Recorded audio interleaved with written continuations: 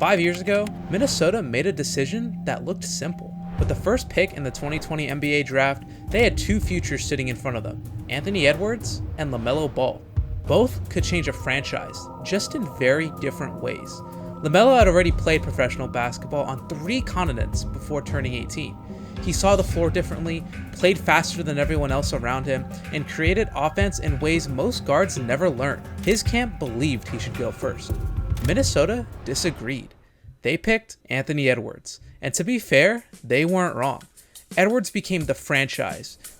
4 All-Star appearances before 25, scoring numbers climbed every season, and by age 24, the statistical names around him were players like Michael Jordan, LeBron James, Kevin Durant, and Luka Doncic. That's superstar growth. But every year, as Edwards got better, the same thing kept happening to Minnesota.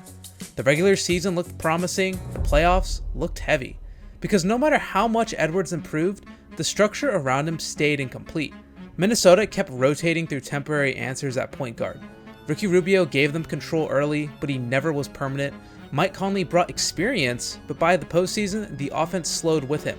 They drafted Rob Dillingham, hoping he could become the long-term solution, then moved him before anyone could see what he even looked like. And with every move, the same responsibility kept landing back on Edwards. Last season, over half of his minutes came as the primary ball handler, not just scoring, running everything. That sounds fine until playoff basketball arrives. Minnesota found that out the hard way. In clutch situations last year, games within 5 points, in the final 5 minutes, their offense dropped from 7th in the NBA to 18th. Their turnover rate jumped to 21.7%, the worst in basketball.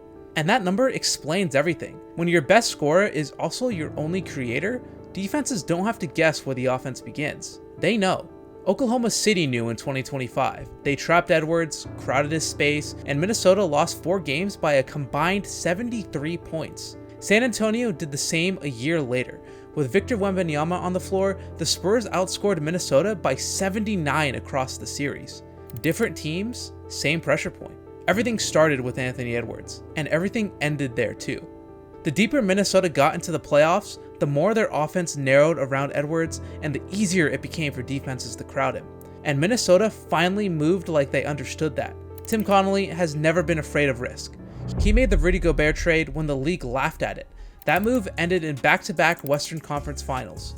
He moved Karl Anthony Towns before training camp and kept the team alive. And this summer, he went back to the one player Minnesota passed on, LaMelo Ball. And the reason this fit matters goes way beyond talent. Last season was the healthiest of LaMelo's career. 72 games, 20.1 points, 7.1 assists, 4.8 rebounds.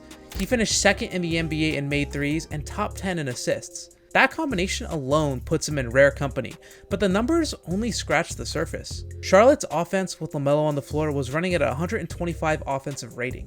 League average was 116. Without him, it dropped to 113. The gap in Charlotte's offense with and without LaMelo says more than the raw numbers ever could.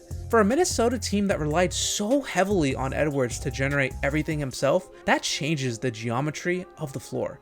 Because Edwards has spent 3 years attacking defenses that were already waiting for him.